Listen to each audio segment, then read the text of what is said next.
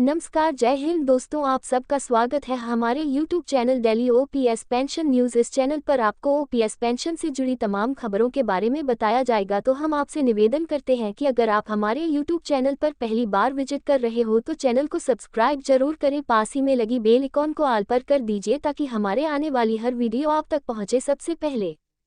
Old pension 15 lakh कर्मियों की, हाँ तो पुरानी पेंशन पर राष्ट्रव्यापी हड़ताल तय, 7 राज्यों के कर्मी। एआईडीएफ के महासचिव श्री कुमार का कहना है कि अनिश्चितकालीन हड़ताल के बारे में रेलवे और डिफेंस के कर्मियों का मत जानने के लिए 20 और 21 नवंबर को स्ट्राइक बैलेट होगा। रेलवे के 11 लाख तो रक्षा क्षेत्र सिविल के 4 लाख कर्मचारी मतदान में हिस्सा लेंगे। अगर 2/3 बहुमत हड़ताल के पक्ष में होता है तो देश में अनिश्चितकालीन हड़ताल की जाएगी। देश भर में पुरानी पेंशन बहाली को लेकर सरकारी कर्मियों की मुहिम चल रही है। केंद्र एवं राज्य सरकारों के कर्मचारी संगठन पुरानी पेंशन पर निर्णायक लड़ाई की तरफ बढ़ रहे हैं। खास बात है कि इस बार विभिन्न प्रदेशों के सरकारी कर्मचारी संगठन भी केंद्रीय कर्मियों के साथ आ गए हैं। ओपीएस के लिए गठित national joint council of action NJCA की संचालन समिति के वरिष्ठ सदस्य और एआईडीएफ के महासचिव श्री कुमार का कहना है कि अनिश्चितकालीन हड़ताल के बारे में रेलवे और डिफेंस के कर्मियों का मत जानने के लिए 20 और 21 नवंबर को स्ट्राइक बैलेट होगा। रेलवे के 11 लाख तो रक्षा क्षेत्र सिविल के 4 लाख कर्मचारी मतदान में हिस्सा लेंगे। अगर 2/3 बहुमत हड़ताल के पक्ष में होता है तो देश में अनिश्चितकालीन हड़ताल की जाएगी। अगर हड़ताल होती है तो उसमें केंद्र सरकार के सभी सिविल महकमों के अलावा राज्यों के कर्मचारी संगठन भी शामिल होंगे।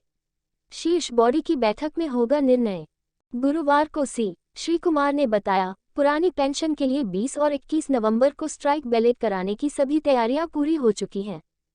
भारतीय रेलवे के विभिन्न जोन, मंडल और दूसरी यूनिटों में 2 दिन तक वोट डाले जाएंगे।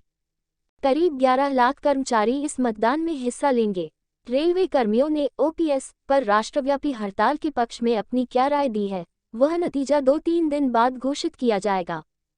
इसी तरह से डिफेंस इंडस्ट्री के 4 लाख कर्मचारी भी स्ट्राइक बैलेट में हिस्सा लेंगे। चूंकि केंद्र सरकार के ये विभाग इंडस्ट्री के तहत आते हैं, इसलिए नियमानुसार इनमें वोटिंग कराना जरूरी है। डीआरडीओ की लैब, आयुध कारखाने और दूसरी रक्षा इकाइयों के कर्मचारी स्ट्राइक बैलेट में भाग लेंगे।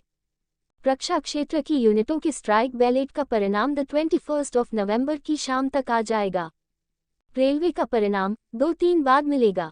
इसके बाद केंद्रीय कर्मचारी संगठनों की शीर्ष बॉडी की बैठक होगी। उसमें स्ट्राइक बैलेट के नतीजों पर चर्चा होगी। अगर स्ट्राइक के पक्ष में 2/3 कर्मचारी हुए तो राष्ट्रव्यापी हड़ताल की घोषणा कर दी जाएगी। खास बात है कि इस हड़ताल में विभिन्न राज्यों के शिक्षक एवं दूसरे कर्मचारी भी हिस्सा लेंगे। कठोर निर्णय होने की स्थिति में केंद्र एवं राज्यों में सरकारी कर्मचारी अनिश्चितकालीन हड़ताल पर चले जाएंगे। उस अवस्था में रेल थम जाएंगे। आयुध कारखाने जो अब निगमों में तब्दील हो चुके हैं, वहां पर काम बंद हो जाएगा। अनिश्चितकालीन हड़ताल ही एकमात्र विकल्प। श्री कुमार का कहना है, पुरानी पेंशन बहाली के लिए केंद्र एवं राज्यों के कर्मचारी एक साथ आ गए हैं। लगभग देश के सभी कर्मचारी संगठन इस मुद्दे पर एकमत हैं। केंद्र और राज्यों के विभिन्न निगमों और स्वायत्ता प्राप्त संगठनों ने भी ओपीएस की लड़ाई में शामिल होने की बात कही है। बैंक एवं इंश्योरेंस सेक्टर के कर्मियों से सकारात्मक बातचीत हुई है। कर्मचारियों ने हर तरीके से सरकार के समक्ष पुरानी पेंशन बहाली की गुहार लगाई है, लेकिन उनकी बात सुनी नहीं गई।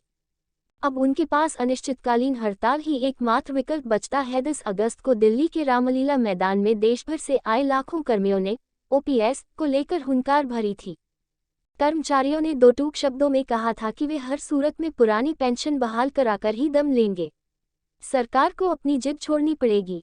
कर्मचारियों ने कहा था कि वे सरकार को वह फॉर्मूला बताने को तैयार हैं जिसमें सरकार को ओपीएस लागू करने से कोई नुकसान नहीं होगा। अगर इसके बाद भी सरकार